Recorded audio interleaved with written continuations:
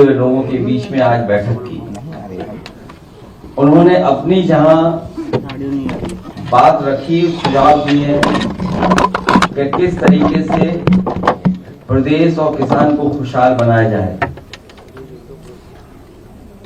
मैंने भरोसा दिलाया और हम सभी समाजवादी लोगों ने भरोसा दिलाया है कि जो उनका ज्ञापन आने वाले समय में सरकार बनने पर उनके ज्ञापन में दी गई बातों पर हम लोग अमल करेंगे। वहीं यही भरोसा दिलाया है कि किसान को खुशहाल बनाने के लिए और उनकी तमाम ऐसी समस्याएं जमीन को लेकर के, खेतीबाड़ी को लेकर के, किसी समय इनके परिवार के लोग आए थे और इस प्रदेश के धरती पर रह करके उन्होंने खेतीबाड़ी कर करके प्रदेश को खुशहाल बनाया। लेकिन कई बार देखने को मिलता है कि जो सरकार के कानूनी लोग हैं वो उनको समय समय पर अत्याचार और न्याय करते हैं। इनकी तमाम समस्याओं का निराकरण करने का काम हम समाजवादी सरकार में आने वाले समय में करने का काम करेंगे। वहीं इनके धार्मिक आयोजन से लेकर के जो हमारा संविधान रास्ता देता है कि सभी धर्मों को बराबर का सम्मान मिले, वो सम्मान देने का काम हम लोग करेंगे। राजनीतिक तौर पे भी सम्मान देने का काम करेंगे। जिस तरह नेताजी ने कोई सदस्य नहीं था, उसके बाद भी मंत्री बनाया था, कैबिनेट में साथ में रखा था, इस तरह का भी सम्मान करने का काम हम लोग करेंगे। इनकी जो प्रतिभाएं हैं, जो बच्चे खेल कूद में भी आगे बढ़ना चाहते हैं, जो प्रतिभाएं हैं, उनके लिए भी अगर विशेष सरकार मदद करेगी, सरकार की मदद से हम लोग इनको, उनकी प्रतिभा को आगे बढ़ाने का काम करेंगे।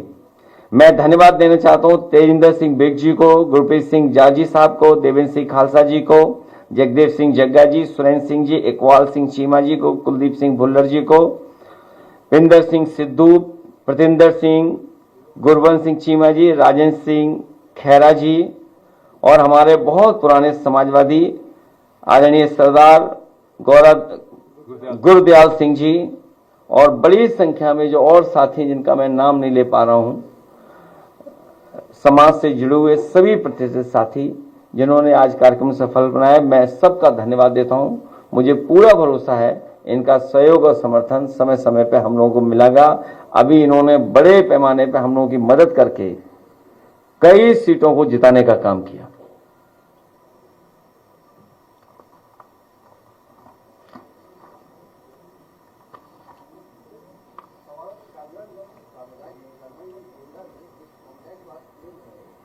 तेज बोलना पड़ेगा थोड़ा आज।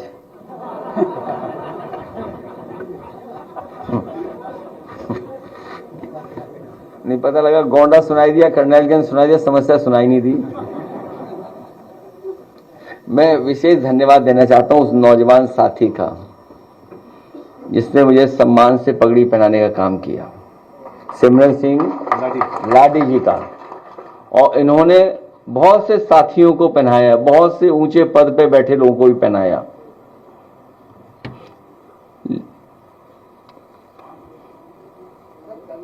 सामुदायिक स्वास्थ्य केंद्र है, वहाँ पर एक लड़की है जिसकी 7 सितंबर को डिलीवरी स्टाफ ने संजय गुप्ता ने शौचालय में कराया। इसकी कंप्लेन की गई 21 सितंबर को, 21 सितंबर से कार्रवाई के आदेश भी जारी हो गए। उसके बाद भी कोई कार्रवाई नहीं हो रही है और जो पीड़ित बच्चे है उसको स्टाफ नर्स और स्टाफ के तरफ से प्रताड़ित किया जा रहा है। जब से भारतीय जनता पार्टी की सरकार आई है, हर क्षेत्र में आप गिरावट देखेंगे। जहां ये सरकार ये अच्छे दिन का वादा करके आए थे, डबल इंजन की सरकार कहते थे, अर्थव्यवस्था दुनिया में हमारी वहां पहुंच गई है, $1 ट्रिलियन की डॉलर की इकोनॉमी बनाएंगे। और वहीं गोंडा में ये पहली बार सुनने और देखने को नहीं मिल रहा है न्याय। मुझे याद है एक दिन रात में मैं टीवी देख रहा था और अचानक एक न्यूज फ्लैश हुई। कोई श्रीवास्तव परिवार था, उसको किसी ने गलत इंजेक्शन दे दिया, प्रेग्नेंट महिला को। उसको लेकर के विवाद हुआ अस्पताल में, उसकी जान चली गई महिला की, पूरा विवाद हुआ वहां पर। और एक घटना नहीं, उत्तर प्रदेश में समय समय पे जगह जगह पे आप घटनाएं देखने को मिल रही हैं। ये स्वास्थ्य केवल विभाग नहीं, अन्य विभाग भी पूरी तरीके से चौपट हो गए, लूट मची हुई है। और अगर कोई शिकायत भी करता है तो उस पर अन्याय करते हैं। जो डपट खाता हो डिप्टी सीएम, जो डपट खा करके काम करता हो डिप्टी सीएम, जिसकी अपनी खुद गाड़ी छिन गई हो, उससे क्या उम्मीद करोगे स्वास्थ्य विभाग ठीक होगा? और फिर मेडिकल कॉलेजों की हालत देखिए आप, जो प्रेस्टिजियस यूनिवर्सिटीज हैं उनका हालत देखिए आप सोचिए, सैफई जैसा है मेडिकल यूनिवर्सिटी, उसको बर्बाद कर दिया इन्होंने। केजीएमयू की खबरें पढ़ रहे हैं कि यहां से न जाने कहां कहां लोग जा रहे हैं, किस स्थान पर बैठ रहे हैं जाकर के, कहीं डायरेक्टर बन रहा है, कोई वाइस चांसलर बन रहा है। और केजीएमयू की हालत क्या है, लोहिया अस्पताल की हालत क्या है, सिविल हॉस्पिटल की हालत क्या है। और जिस सिविल हॉस्पिटल को बनना था, एक तो ये पूरे उत्तर प्रदेश में देख लो आप, झांसी के मेडिकल कॉलेज की हालत क्या है, पीएससी सीएससी की हालत क्या है, एम्बुलेंस की हालत क्या है। बीजेपी जाएगी तब स्वास्थ्य विभाग ठीक होगा।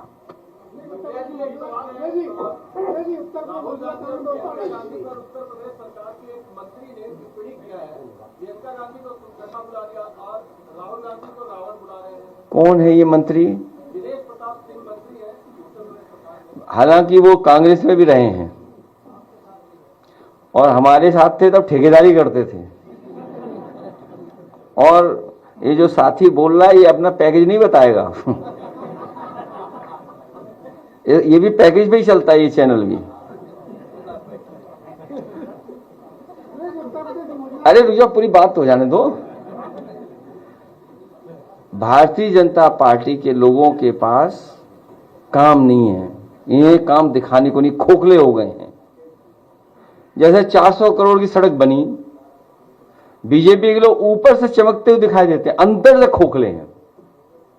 ये खोखले लोग हैं, जो कमजोर लोग हैं, जो जनता के लिए काम नहीं बता पा रहे हैं, वो इसी तरह का भाषा व्यवहार इस्तेमाल करेंगे। और केवल एक लीडर के लिए नहीं, हर एक के साथ ऐसे व्यवहार करते हैं लोग। और कभी अगर आप भूल जाएं कुछ बात तो एएनआई का आर्काइव निकाल के देख लेना कभी।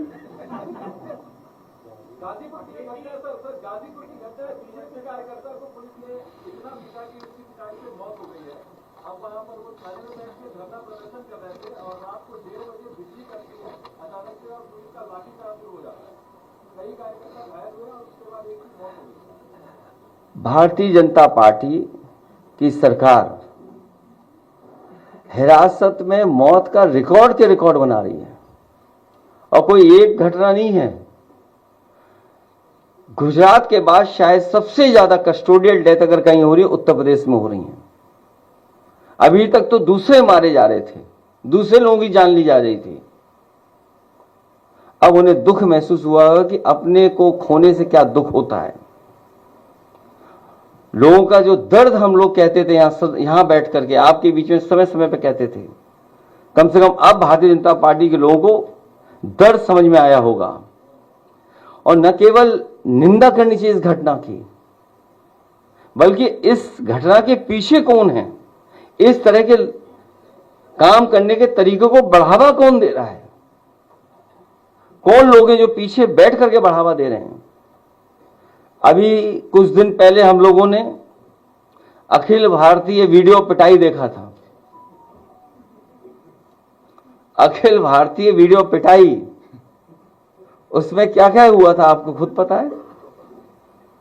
समझौते हुए, अंदर ही अंदर समझौते हुए पूरा देश प्रदेश जान गया है कि अंदर कुछ गड़बड़ चल रहा है, लड़ाई चल रही है, अंदर झगड़ा चल रहा है अंदर। और उसी का परिणाम है कि लोगों के ऊपर अन्याय हो रहा है। अभी तक तो लोग जहर खा रहे थे दूसरे मुख्यमंत्री आवास में, उसके बाहर सुना है आज एक और खा लिया किसी ने जहर, हैं? सोचिए आप, ये हालत है उत्तर प्रदेश की। और ये रिकॉर्ड बना रहे हैं कि सबसे ज्यादा जहर खाने वाले लोग यहां आ रहे हैं। हमारे पार्टी का भी नहीं बचा अब तो, न्याय के लिए यहां भी आत्मदाह कर रहे हैं लोग। तो आखिरकार ये सिस्टम को खराब किसने किया है? इस सिस्टम के खराब होने के पीछे कौन लोग हैं? मैं अपने चैनल भाइयों से भी कहूंगा कि आप भी थोड़ा निष्पक्ष हो जाओ। अगर आप लोग थोड़ा बोलने लगोगे, एक दिन में सरकार सुधर जाएगी। किस पे एफआईआर होगी? इसलिए मैं जानता हूं कि आप लोग भी इस प्रयास में लगे हुए कि सरकार जाए। अपना परिचय दिया करो। कई बार क्या होता है कि गलत आदमी से सवाल पूछता है, बीजेपी वाले भेज देते हैं और हम कुछ बोल देते हैं, उससे चैनल चलता है। आप अपना परिचय दीजिए, सब जान जाएं। सर मेरा नाम फिजा है। सर अगर हम कुछ चीजें रिलेट करते हैं तो सर अभी आसाम में लगातार धरना प्रदर्शन हो रहा है और अगर देखा जाए तो जेनजी जनरेशन इसमें ज्यादा शामिल है। सर रिसेंटली अभी नेपाल में भी वो सरकार के खिलाफ प्रदर्शन किया और ओली ने वहाँ पे इस्तीफा दे दिया। उससे पहले बांग्लादेश और श्रीलंका में भी ये हो चुका है। तो सर आपको क्या लगता है कि अगली बारी भारत में होने वाली है?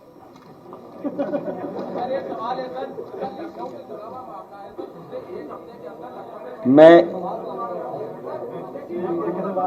इन्हीं से जोड़ देता हूं अपनी बात, और क्या कहूं मैं। आप क्यों ऐसा कह रही हैं? ऐसा क्यों समझ रहे हो आप? क्योंकि अगर हम रिलेट करते हैं तो तीनों देशों में लगातार जेनजी जनरेशन ने ही प्रदर्शन किया है। और सर अगर देखें तो मैं भी एक जेनजी जनरेशन से ही होती हूँ, मुझे भी नौकरियां चाहिए, मिल नहीं रही, वो अलग बात है। तो आपको क्या लगता है कि जो आसाम में किया जा रहा है, उन्होंने ये भी कहा कि उनकी बातें सुनी नहीं जा रही है, तो अगला नंबर क्या हम भारत का लिख सकते हैं? पहली प्राथमिकता यह होनी चाहिए कि जो हमारे पड़ोसी देश हैं उसमें शांति हो, और जो बॉर्डर्स हैं उसके आसपास शांति हो। ये पहली प्राथमिकता भारत सरकार की होनी चाहिए। और भारत सरकार अपनी विदेश नीति पे कई बार असफल हुई है, हमने आपने देखा है। वहां की इंटरनल पॉलिटिक्स में इंटरनल क्या क्या हुआ है उसमें बहुत सारी स्टोरीज आ रही हैं, क्योंकि सोशल मीडिया के समय पर कोई बाउंड्रीज नहीं है। एक पहलू देख करके कोई हम निर्णय नहीं ले सकते हैं। वहां और भी कई सवाल थे, गरीबी के, बेरोजगारी के, महंगाई के, और जो जिस जनरेशन के बारे में बात हो रही है वो लोग भी कुछ सोशल मीडिया में चीजों को प्रोपोगेट कर रहे थे। तो बहुत सारी चीजें हैं जिनको किया जा सकता है एक साथ जोड़ करके, लेकिन हमारा देश और खुशहाल हो। हम सब यहां बैठे लोग हैं जो भविष्य अच्छा देखना चाहते हैं। P for progress. हमारा साथी, लाड़ी साथी जो पगड़ी पहनाना था, वो कह रहा था कि लाल रंग की पगड़ी खुशी में पहनाई जाती, खुशी के समय पर। मैं उसको धन्यवाद देता हूं क्योंकि अब खुशियां और अच्छाई के रास्ते पे जाने वाले हैं हम लोग, सरकार बनाने वाले हैं।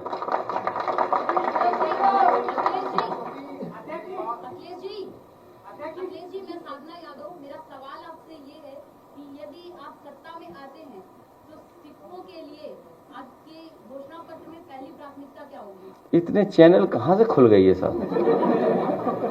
अभी तक तो साधना चैनल सुना था। इनके विशेष जो है धार्मिक, सामाजिक, आर्थिक और किसान का सवाल, इनकी खुशहाली का सवाल, इनके सम्मान का सवाल, हम तमाम पहलुओं पे इनके साथ खड़े दिखाई देंगे। इनके दुख दर्द में, इनकी परेशानियों में, और जो पीड़ित होगा, दुखी होगा, अपमानित होगा, उसके साथ समाजवादी पार्टी पीडीए खड़ी दिखाई देगी।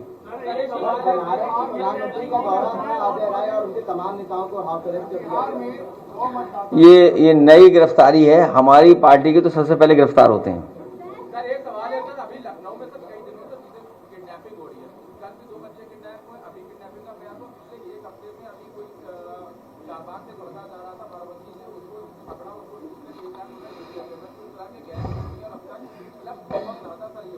न केवल किडनैपिंग बल्कि डिजिटल अरेस्ट भी बड़े पैमाने पर उत्तर प्रदेश में बढ़ा है। और डिजिटल अरेस्ट में, क्राइम में उत्तर प्रदेश नंबर 1 दिखाई देता है। महिलाएं सबसे ज्यादा असुरक्षित हैं, उत्तर प्रदेश सबसे आगे है। बेटियों के साथ सबसे ज्यादा घटनाएं और उत्तर प्रदेश आगे है। करप्शन में भी मैं समझता हूं सबसे आगे उत्तर प्रदेश ही दिखाई देगा। सरकार जाएगी, भाजपा हटेगी, भाजपा जाएगी, तभी कानून व्यवस्था लागू होगा।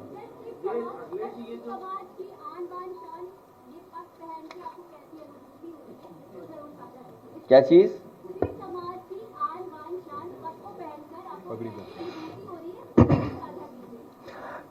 सिख समाज का बहुत शानदार इतिहास है।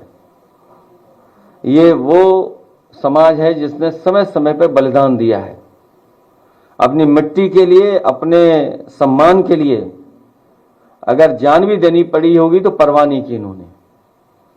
दुनिया में जितनी भी और भारत की धरती पे जितनी भी लड़ाइयां हुई हैं समय समय पर, इनकी बहादुरी के पर्चे हर जगह हैं। खेती बाड़ी में भी सबसे आगे इन्होंने मेहनत कर करके अपनी पहचान बनाई है। न केवल खेती बाड़ी में किसान अच्छे हैं, बल्कि दुनिया में अगर भारत की तस्वीर को सबसे पहले सबसे ज्यादा किसी ने बदला है, जो सम्मान की दृष्टि से भारत को भी देखा जाता है, वो सिख समाज के लोगों का योगदान है। चाहे वो अमेरिका हो, इंग्लैंड हो, यूरोप हो, दुनिया के किसी हिस्से में हम चले जाएंगे, आज हर जगह सिख समाज के लोगों ने अपनी मेहनत से, अपने टैलेंट से, अपनी कुशलता से एक स्थान बनाया है। आज सिख समाज की वजह से भी भारत के लोगों को सम्मान की दृष्टि से दुनिया में देखा जाता है। किसको? किस एजेंसी ने दिया था, उस एजेंसी पे एफआईआर होनी चाहिए। जिस एजेंसी ने वो लखनऊ को नंबर 3 पर सफाई पर पहुंचाया था, स्मार्ट सिटी में पहुंचाया था, उस पे एफआईआर दर्ज होनी चाहिए।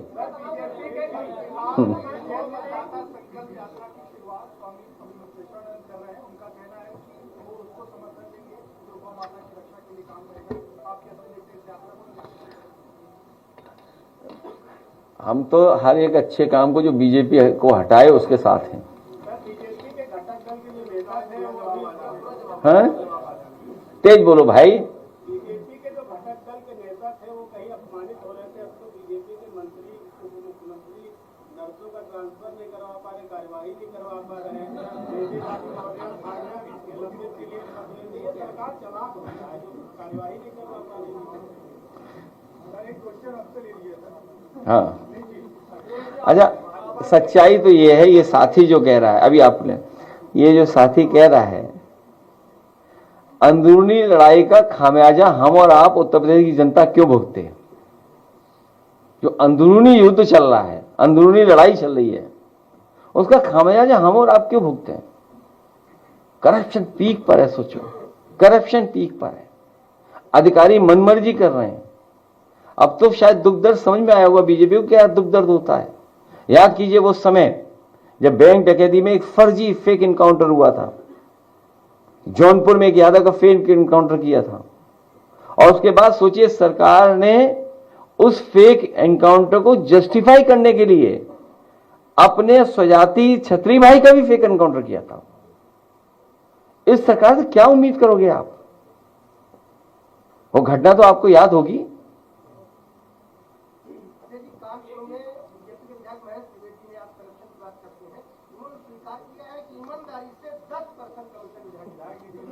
और पंचायती राज में 60%। और लखनऊ में जो रोड बनी, आप ही के अखबार में मैंने पढ़ा, चमचमाती सड़क 400 करोड़ की, उसमें सब गड्ढे हो गए। बुंदेलखंड तो प्रधानमंत्री ने उद्घाटन किया था, दूसरे दिन बह गई थी सड़क। सरकार ने जो टैरिफ लगाया है,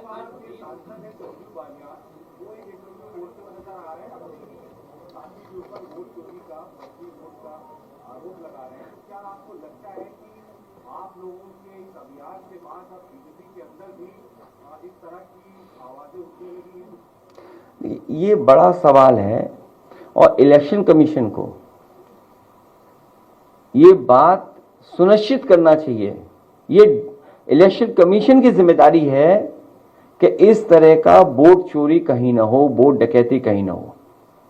हालांकि जिस इलेक्शन की वो रेफर कर रहे थे वो अलग इलेक्शन है, लेकिन पूरा देश जानता है, और आपने बड़े करीब से देखा यूपी का, जब ये वोट चोरी से नहीं जीत सकते थे तो सोचिए रिवॉल्वर निकाल करके इन्होंने वोट रोका, अपने स्वजाति लोगों को पोस्ट कर करके।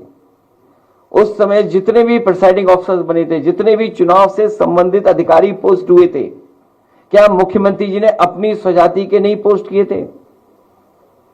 कुंदरकी का चुनाव हो, डीएम एसपी कमिश्नर को क्या निर्देश नहीं थे? सोचिए कोई पॉलिटिकल पार्टी, हम शिकायत करते रह गए। 77% वोट पाए हैं पढ़ने वाला। रामपुर का चुनाव हम लोगों ने देखा, छीन लिया चुनाव, शिकायत करते रहे। मीरापुर का चुनाव और अयोध्या के चुनाव में एक व्यक्ति पकड़ा गया था, वो एक मंत्री का साथी था। 5000 लोग आए हुए थे अयोध्या के चुनाव में, सोचिए आप, बाहर से लाए गए थे, अमेठी से, तिरोई से, वहां से गए थे लोग। जो पकड़ा गया था व्यक्ति, वो खुद स्वीकार कर रहा था कि वो मंत्री से फोन मिलाई है। पुलिस का इंस्पेक्टर होशियार था, उसने बस फोन को काट दिया, लेकिन सच्चाई उसी से में खुल जाती।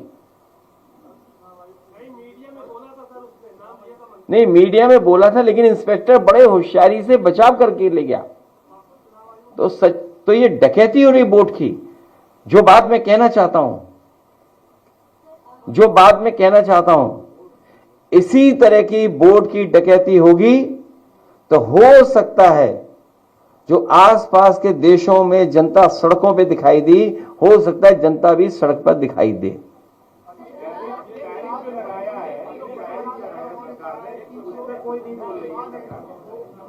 टैरिफ भारतीय जनता पार्टी के मुंह पे लग गया है।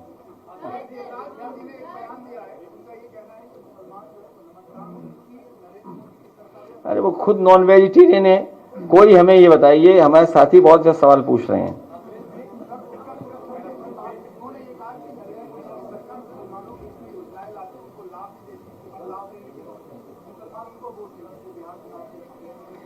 हमारा तो उनसे एक ही सवाल है, क्या सनातन के लोग नॉन वेजिटेरियन खा सकते हैं कि नहीं खा सकते हैं? बस इतना बता दें हमें।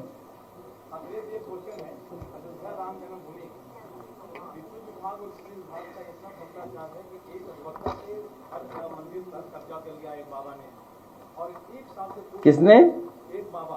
अरे यहां भी एक बाबा ने कब्जा कर रखा है, उससे हटाओ।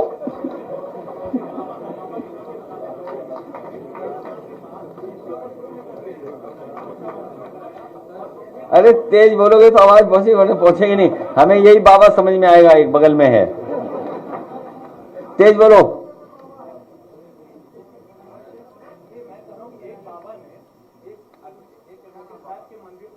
वो बाबा योगी है क्या? अच्छा, बाबा है बस।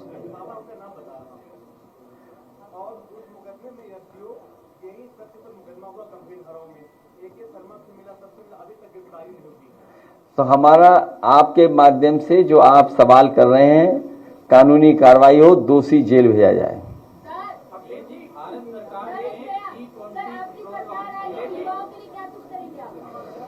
आपको नौकरी और उत्तर प्रदेश को खुशहाली के रास्ते पर।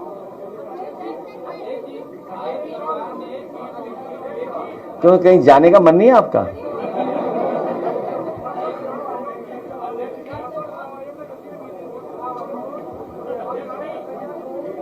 क्या चीज?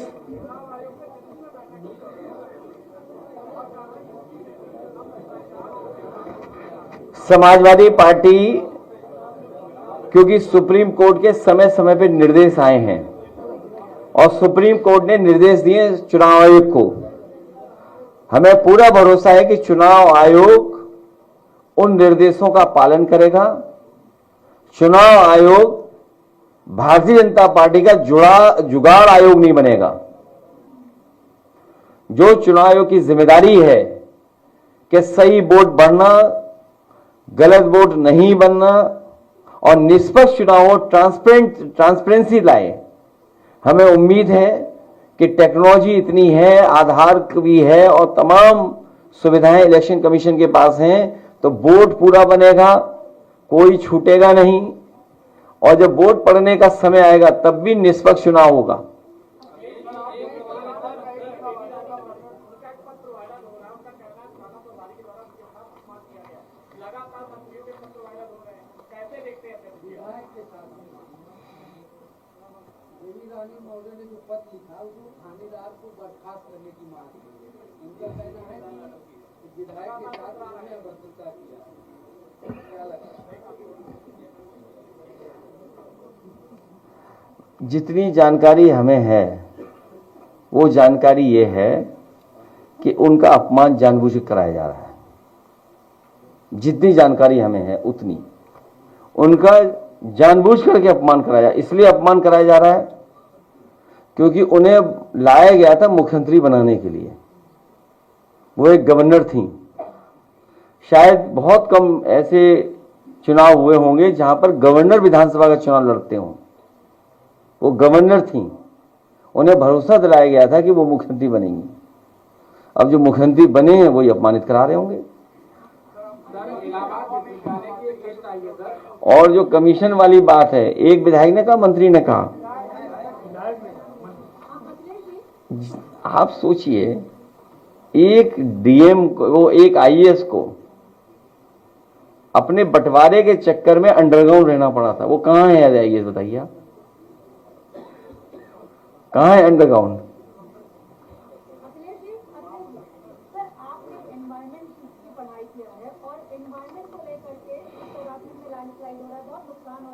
पंजाब में फ्लड है, अब उन्नाव में 80 गांव जो है पानी में डूब गए हैं, कानपुर में अलर्ट जारी हो गया है, आप इसको कैसे देखते हैं? सबसे पहले तो मैं पंजाब में जितना नुकसान हुआ है,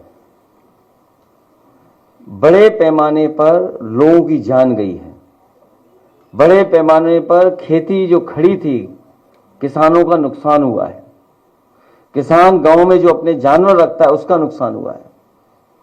उससे कभी ये नहीं था गरीब को कि पानी आएगा उसका घर गिरा देंगे या और जो चीजें बनी हुई थी खेत से लेकर के और जगह वो नुकसान हो जाएगा। हमारी अपील है यहां से, आज जब हमारे सिख समाज के लोग यहां इतनी बड़े पैमाने बैठे, इनकी भी मांग थी कि पंजाब के लोगों का पूरा भरपाई हो, उनकी जो नुकसान हुआ है फसल का पूरी भरपाई हो, जानवर का उसकी मदद हो, घर मकान की मदद हो, जान माल का जितना नुकसान हुआ है उसकी सरकार भरपाई करे। केवल यही नहीं बल्कि उत्तराखंड, हिमाचल, जम्मू कश्मीर में जो बड़े पैमाने पर लोगों की जान गई है उनकी मदद सरकार करे, जो नुकसान हुआ है मदद हो उसमें। और भविष्य में क्योंकि एनवायरमेंटल इश्यूज जो आए हैं सामने, उनके लिए कोई long term planning, long term कोई प्रोग्राम सरकार को बनाना पड़ेगा। पंजाब में नदियां पूरी पानी से भर गईं। जो पानी जम्मू कश्मीर से, हिमाचल से या पानी बरसा उसकी वजह से बाढ़ आ गई। जो उत्तराखंड की घटना हुई, जो सबसे पहले घटना हम लोगों ने देखी, कहीं से क्लाउड बर्स्ट हुआ और एकदम नुकसान इतना बड़े पैमाने पर हो गया और जगह जगह लैंडस्लाइड हो रही है। तो जब हम डेवलपमेंट करें, जब हम बड़े प्रोजेक्ट लाएं, तो जो एनवायरमेंट पे नुकसान क्या होने जा रहा है उसको देख के ही कोई डेवलपमेंट प्रोजेक्ट आने चाहिए, क्योंकि हमारे उत्तराखंड के पहाड़ कच्चे हैं। अमेरिका और यूरोप जैसे पहाड़ नहीं हैं, ये अभी नए पहाड़ हैं। इसलिए ये पहाड़ हमारे सुरक्षित रहें। और यहां बहुत सारे लोग जानते होंगे, डॉक्टर राम लोहिया ने सबसे पहले कहा था कि नदियां बचाओ, पहाड़ बचाओ, हिमालय बचाओ। हमें लगता है कि जो पहाड़ी इलाके हैं, जो हिली एरियाज हैं, इनके लिए विशेष सरकार को पॉलिसी और मदद करनी चाहिए।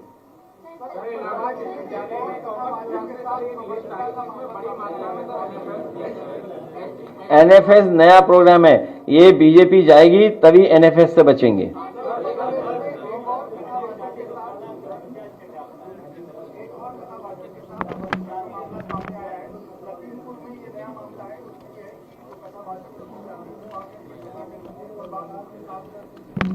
अच्छा, मेरी जानकारी में नहीं आया।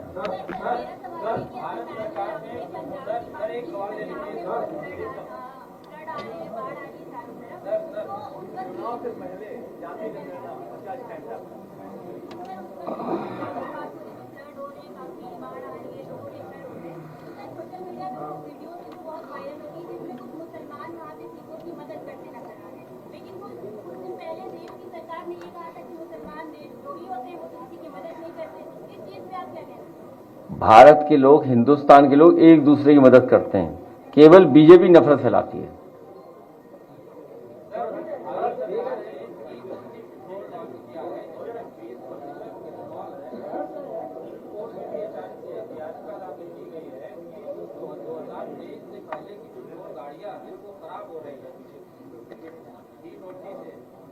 नितिन गडकरी जी ने कहा कि पैसा दे करके हमारे खिलाफ प्रोपेगेंडा चलाया जा रहा है। ऐसे 2023 से पहले की गाड़ियों का क्या होगा? इथेनॉल जो उत्तर प्रदेश में भारत में उत्तर प्रदेश सबसे 1 नंबर पर है इथेनॉल बनाने में, तो फिर गन्ने का मूल्य क्यों नहीं बढ़ रहा? ये बहुत अच्छा टेक्निकल सवाल पूछा इन्होंने। बीजेपी का बस चले तो गन्ने से सीधा इथेनॉल बना दे, चीनी बनाए ना। अरे ब्राजील में बनता है, मैक्सिको और देशों में बनता है। तो ये सरकार मुनाफे की तरफ ज्यादा जाती है, जहां इन्हें मुनाफा मिलता है उस तरफ जाते हैं और मुनाफे को अपनी जेब में रखते हैं, बांटते नहीं हैं। यही झगड़ा है। हम चाहते हैं हमारा किसान खुशहाल हो। अगर गन्ने से या गन्ने के प्रोडक्ट के बाई प्रोडक्ट से कोई लाभ मिल रहा है तो उसको शेयर किसान को मिलना चाहिए। लड़ाई बहुत पुरानी है,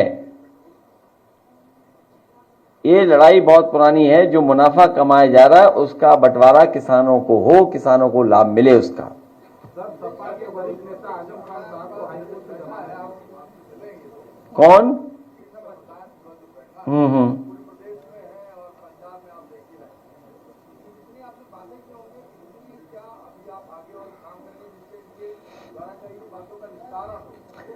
जितना भरोसा आपको है कि अगली सरकार बीजेपी की नहीं बनेगी, उससे ज्यादा भरोसा सिख समाज को समाजवादी पार्टी पर है। और इसलिए हम बता रहे हैं, आप समझ नहीं पाए बात को। हमारे सिख समाज के लोग जानते हैं, अगर सदन के मेंबर भी नहीं हैं तब भी कैबिनेट में एक सिख समाज का व्यक्ति शपथ ले सकता है। अगर ये किसी ने करके दिखाया है तो नेताजी और समाजवादी पार्टी हम लोगों ने करके दिखाया है।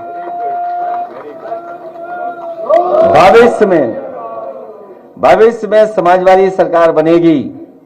इनकी भूमिका, इनकी भागीदारी, इनका सहयोग हर जगह आपको दिखाई देगा। इसलिए जितना भरोसा आपको है कि ये सरकार जाने वाली है, उतना ही भरोसा हमारे सिख भाइयों को है कि सरकार बनेगी तो इन्हें हर स्थान पर सम्मान देने का मार्ग मिलेगा।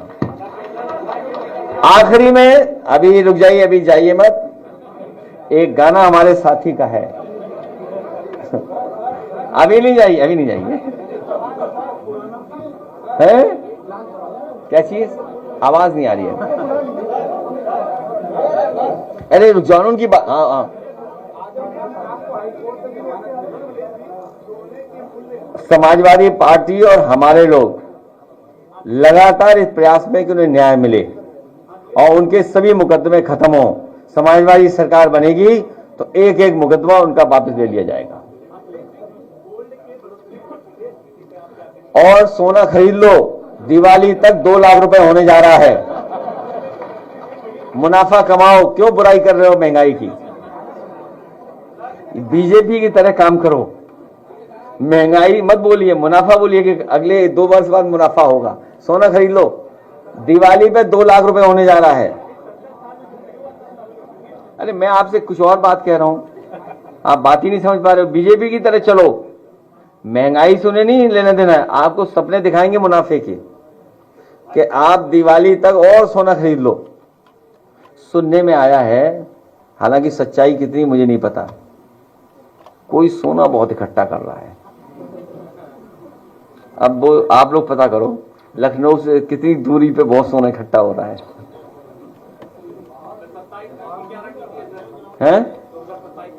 वो रणनीति नहीं बताएंगे, लेकिन मुझे पता है जनता भारतीय जनता पार्टी को हटा देगी। गाना चलाइए, नहीं सवाल पूछ रहे हैं बेमतलब में।